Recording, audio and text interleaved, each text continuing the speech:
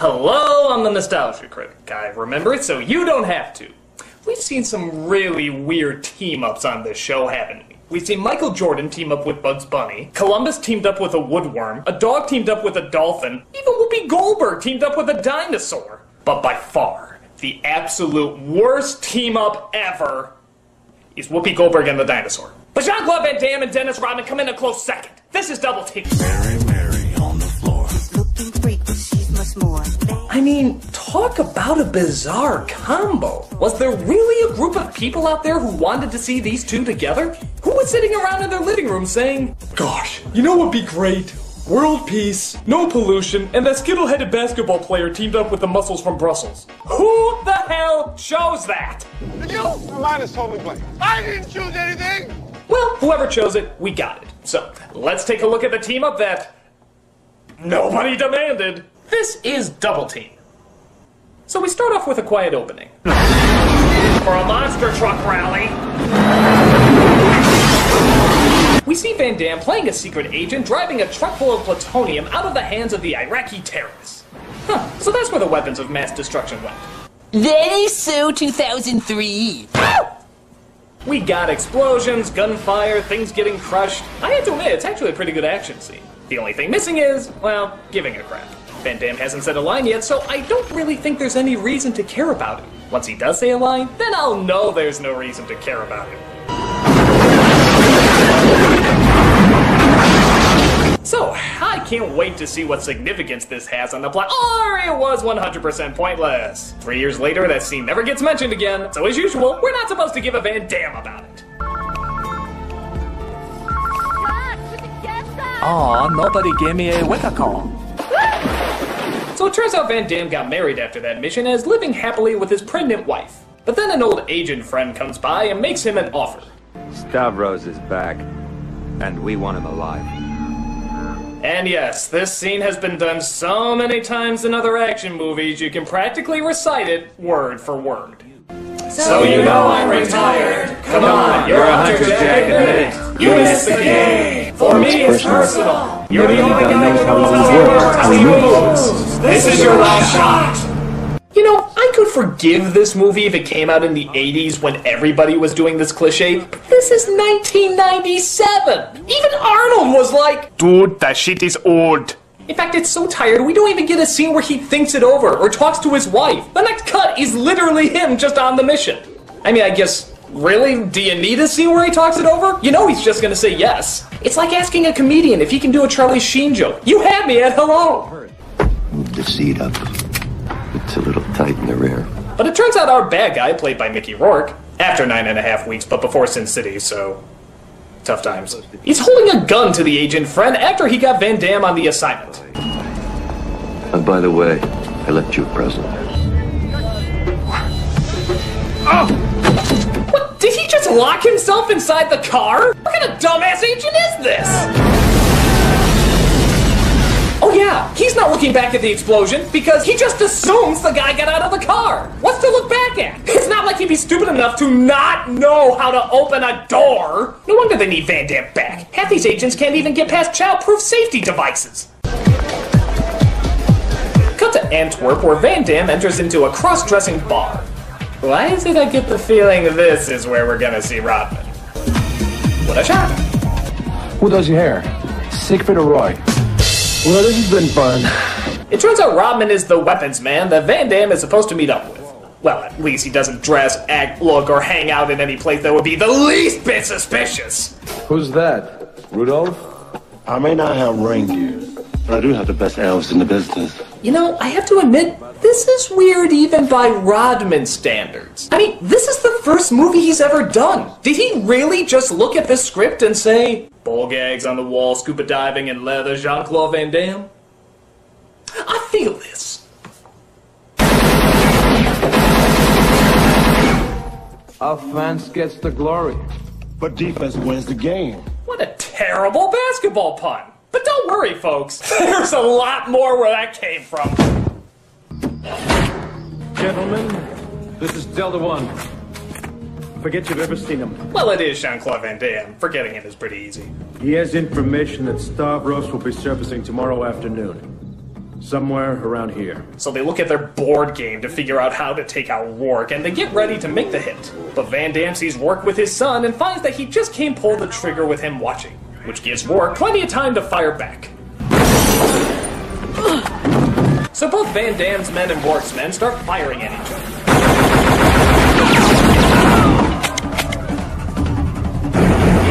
And no, your computer is not having trouble loading. That's actually how they shot it. I guess the dirty DVD style of editing was very popular back then. So it turns out Rourke's kid gets shot, and naturally, this really pisses him off.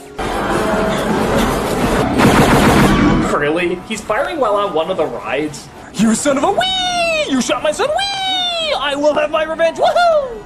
He goes inside a hospital and shoots all the staff so he can properly monologue in peace.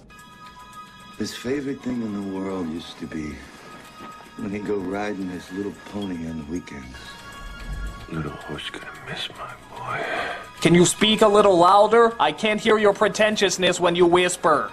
My little boy was 6 years old, mister.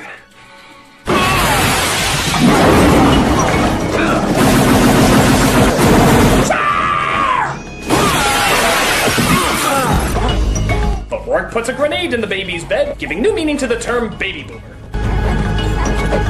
Oh geez, I'm sorry if you weren't dead.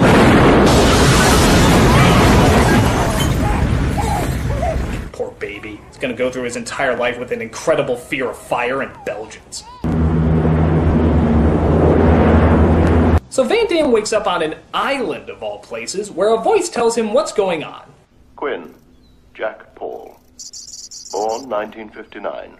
Agent Quinn achieved clean opportunity to acquire Alpha, but Target Alpha escaped. You went soft. Soft agents are a liability, but because of your skills, you've been assigned to the colony. No! Did I forget to mention you're a horrible actor? You're dead already. At least that's what your wife and the rest of the world have been told. Ah, bad. Wow, he ducked from himself, throwing a TV away from himself? No wonder he's a liability. Alex Goldsmith. The taxman. You were killed 6 years ago. God, it's been 6 years already? So this is Goldsmith, played by Peter Freeman. Belloc. It turns out this is a secret place where both agents and terrorists work together to solve global problems, and everyone in the world thinks they're dead. We're too valuable to kill and too dangerous to set free. Welcome to the colony. Okay. Where do I begin to talk about this mountain of not making sense? First of all, why are agents and terrorists working together? Did they just totally forget about the fact that they have different goals? Second, most of these people were out-of-control killers. Van Damme didn't shoot a guy, the exact opposite of why everyone else is there. And wasn't he retired anyway? So how does that make him a danger? Third, they keep them doing the jobs that they were already doing before, so why don't they just keep them doing the jobs they were already doing before? The only difference is now they're doing their spy work inside. Well, why didn't you just downgrade them to begin with? Just give them a desk job, that's easy enough. Why do you have to create an island with lasers in the water? Why do you have to tell everybody they're dead? Why the hell would anybody follow this crazy plan? Is this guy just really good at convincing people? Too bad the Jovitos don't know you the way I do, Belloc. Indeed, Indiana, indeed! So Van Damme just sort of goes along with it, never saying, you bastards, give me back my wife or anything. He just sort of goes with the flow, along with all the terrorists too. But suddenly Van Damme sees a marking that indicates that his wife may be in danger. Of course, he could let this incredible, unstoppable team of power take care of the situation, but nope. He decides not to tell anyone at all, and spends most of his time planning his escape, rescuing her for himself. Which of course would take days and days to set into motion, but hey, at least he's not letting the other guys get it done faster. We of course get those scenes that we get in every Van Damme movie where he starts bending like Stretch Armstrong. And of course, he plans his way out. By the way, have you noticed something missing from this movie? Dennis friggin' Rodman!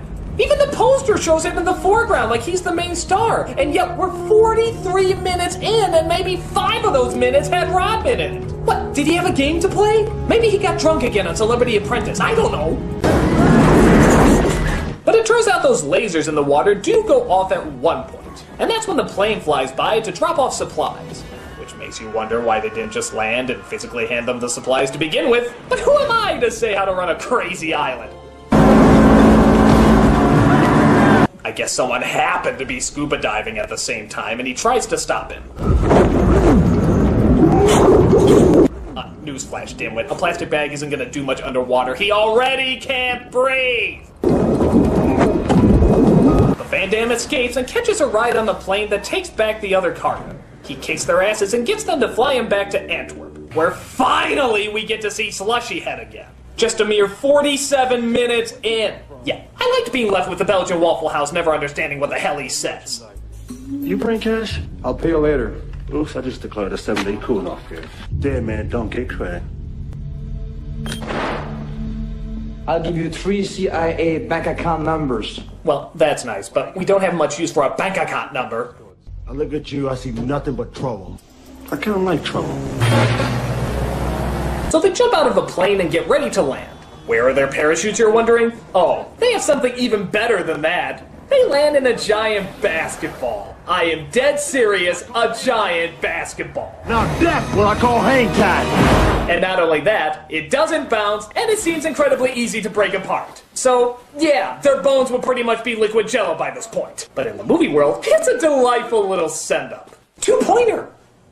He goes to his house where he thinks his newborn child is, but it turns out the bad guys have replaced the baby with a bomb. Bombi. Oh, yeah. I love how the flame totally engulfs him several feet away from the window, and yet somehow he jumps out untouched. He must have bought a lot of sunscreen with the massive amount of money he has in his bank account. So he fights off the bad guys and makes it to a safe place with Rodman, who finds a letter and steals it away from Van Damme. Well, it's not a bomb. Maybe it's the access codes. I would love to get paid. Those bank accounts are fronts. Grandma Moses, it's bank account! Pronounce your O's! What the hell is this? A sonogram of my son. We find that Rourke befriends Van Damme's wife without anybody recognizing who he is, and he helps take care of her during her pregnancy. Stavros has my boy. You go back to Antwerp. I'll get you money. I pay my debts. You pay your tits? I pay my debts. Next you'll be telling me I am the law! Law! Why you didn't tell me this before? What do you care? You always play defense, right? It's time to get off the bench. The best defense is a strong offense. Well, he has been out of this movie for a bit. I guess he had to make up for it with 3 basketball puns in a row. Taking you to the hospital. You'll be safer there. So Van Damme dresses up like a John Lennon Pauly Shore pancake and tries to sneak up on Rourke.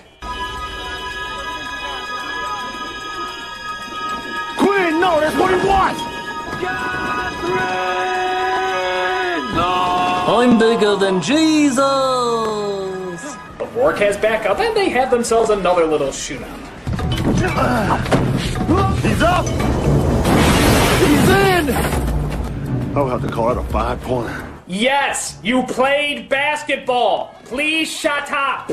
Rourke escapes and makes his way to the pregnant wife. While she's giving birth to her son, Rodman helps Van Damme find her through, get this, cyber monks. No, I'm serious. That's what they call them. These monks have been collecting information on Rome for 500 years. Cyber monks. Holy shit! Why couldn't the movie be about these guys? Just their 2-minute cameo is a million times better than anything else we've seen. If you're not gonna do it, somebody else has to. We need to see cyber monks. Your move, creep. So they find out where the wife is, but it turns out she already gave birth and Rourke has stolen the baby. You go get your boy. I'll take care of him. Thank you. You owe me. So Van Damme goes to a coliseum where Rourke has really gone all out in preparing a climax. He put mines in the ground, decorated them with crosses, the baby's in the middle, he took his shirt off. He even threw in a fucking tiger for all this! It's like Gladiator meets Grand Theft Auto. You gotta give him an A for creativity.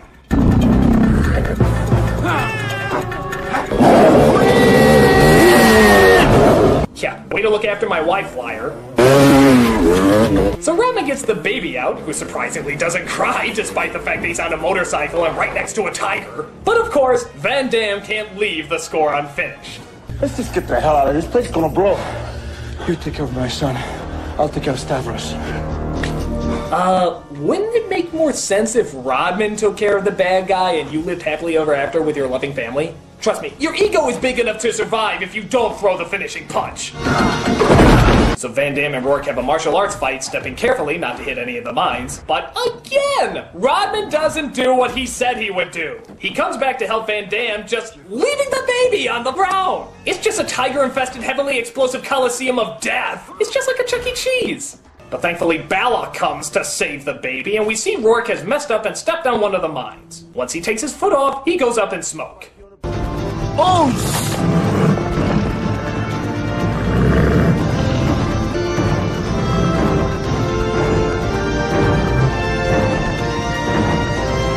Oh my god. We have Mickey Rourke on a mine, in the middle of a minefield, with a ferocious tiger, in a coliseum with Jean-Claude Van Damme, Dennis Rodman, Balak, and a baby in a basket. If this does not deliver the most epic imagery I have ever seen in my entire life, I have lost all hope in mankind. Let's see what happens.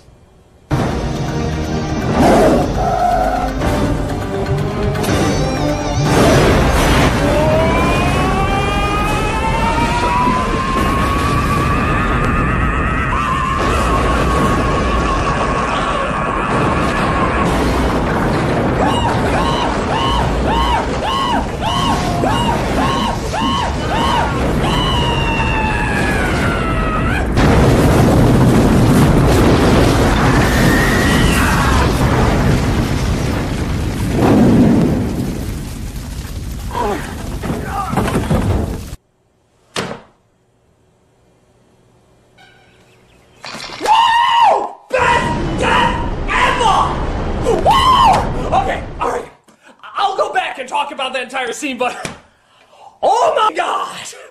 First of all, look at Mickey Rourke's face. He just knows that if he's gonna go out, he has to go out with a tiger eating him while he's being blown up alive. Clearly, there's no other option. Well, I may as well give them what they want. Second, we have a whole coliseum going up in flames, and yet they still manage to get their product placements in there. Hell, they're literally throwing them at us. Third, with all these explosions and all this fire, it's hiding behind a Coke machine that saves the day. That's a new one. Okay, I'm not usually aware when I'm starting an internet meme, but by God, this has to be an internet meme. It is far too good. Okay, there was jumping the shark, nuking the fridge. Ladies and gentlemen, this is frying the Coke. This is the ultimate in awesomely and laughably implausible.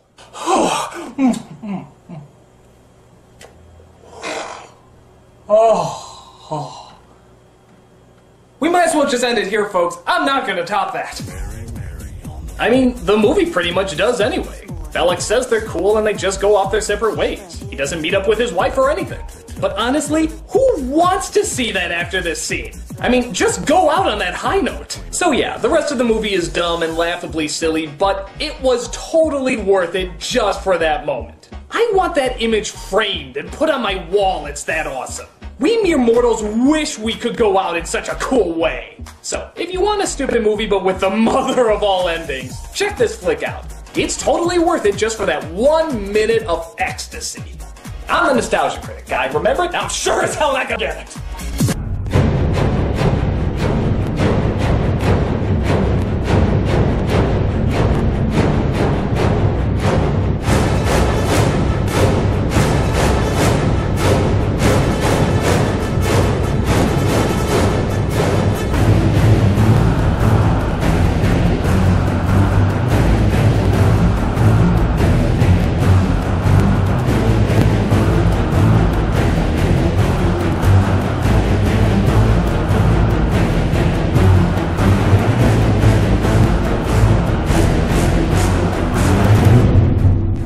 Bank account numbers.